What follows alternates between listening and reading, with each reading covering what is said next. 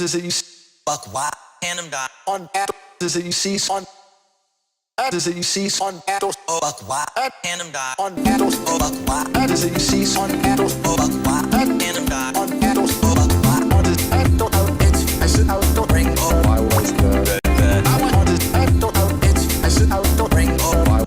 Hey folks, I thought it's high time I start making some videos that show you how to remix movies yourselves. I get a lot of requests on a daily basis, and it seems to me like people are dying to know how to do this stuff themselves. In this video, I'm going to show you how to open up a DVD and how to record from the surround sound channels using a Mac. Arnold Schwarzenegger, don't want no Jaaam. Bake the mice, all the bake the mice, ice. All the bake the mice, ice. Arnold Schwarzenegger, but if that's and I don't want Jaaam. Extra work, but you got that right. Now I'm doing this on Mac in this video because I found this much more difficult to figure out. There's a few things you have to be aware of with OS X and this sort of thing. First thing you're going to need, obviously, is you're going to need a DVD of the movie you want to remix. Don't torrent it, go out and buy it, do the right thing. You're also going to need a sound card that has multiple outputs. The reason you want multiple outputs is because you need an interface that allows you to play the film in 5.1 surround or 7.1 or whatever it is. You also want to make sure your sound card has a loopback function because you need to be able to record the audio out of a media player like VLC or Media Player Classic. I'm using VLC for this video. Once you've got your sound card plugged in and set up and ready to go, you want to go into the audio MIDI setup of Mac OS X.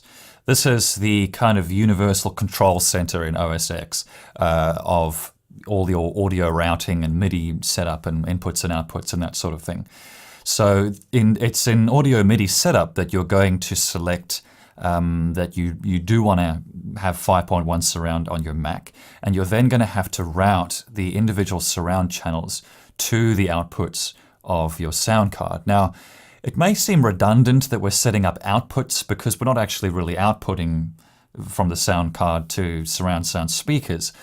What you're doing is you're basically just enabling OS X to catch the surround channels from something like VLC or I think DVD player as well, so that you can then route those channels back into the loopback function of your sound card.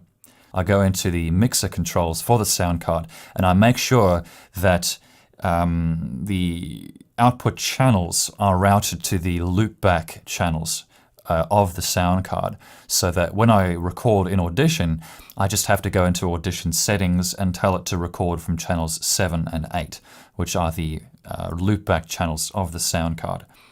Now I go back into the audio MIDI setup of OS X and I tell it to route just the center channel through one of those loopback channels, and I make sure that all the other surround channels are routed somewhere else.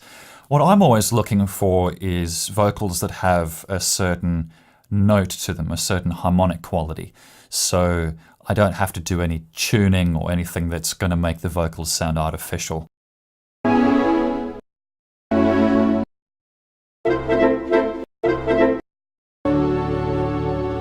But go with Everybody up. Everybody. Everybody up. Everybody up. Dan made it sound and go with so chop and Dan made it sound and go with so chop and Dan made it sound. I'm looking for syllables that happen to strike a linear harmonic, or a note in other words, and I don't want it to sound, like the vocal cords are tense. I want them to sound kind of relaxed, which is why I don't use my voice in my mixes, because it's nasal and annoying. But I'm also looking for chords, and I'm also looking for sound effects. I'm looking for chords that I like the sound of, that I think are musically pleasing.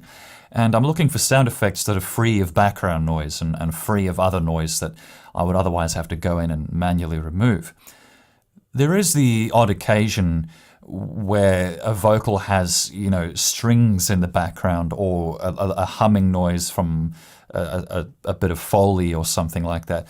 Audition allows you to remove these sorts of things quite easily by going into the spectral view, where you can actually see those background notes and you can manually paint them out. And it's usually a relatively easy procedure. You can also get plugins that do sort of the similar sort of things, like Isotope RX2 for noise reduction and that sort of thing.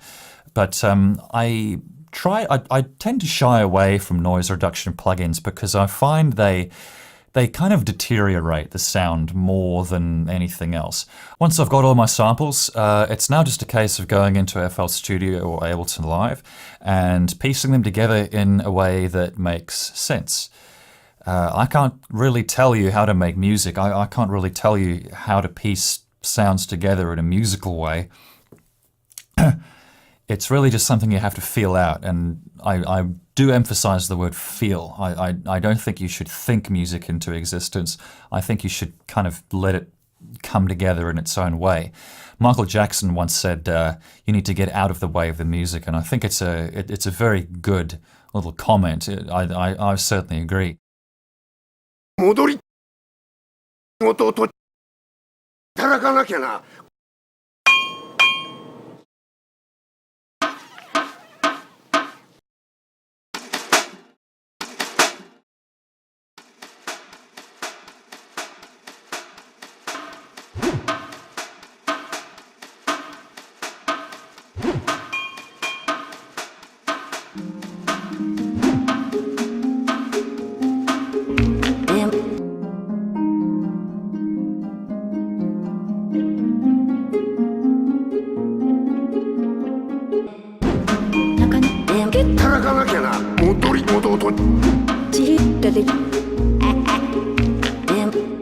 So there you have it, folks. That's more or less the gist of how I record samples from a DVD on Mac. VLC is free. The Focusrite Sapphire Pro 14 I think goes to around 200, 250. The other great thing about this card is that if you're using more than one pair of studio monitors, the card facilitates that. You can plug in quite a number of speakers into this simultaneously. Thanks for tuning in, folks. Thanks for the support, and I hope to see your remix on the web in the near future.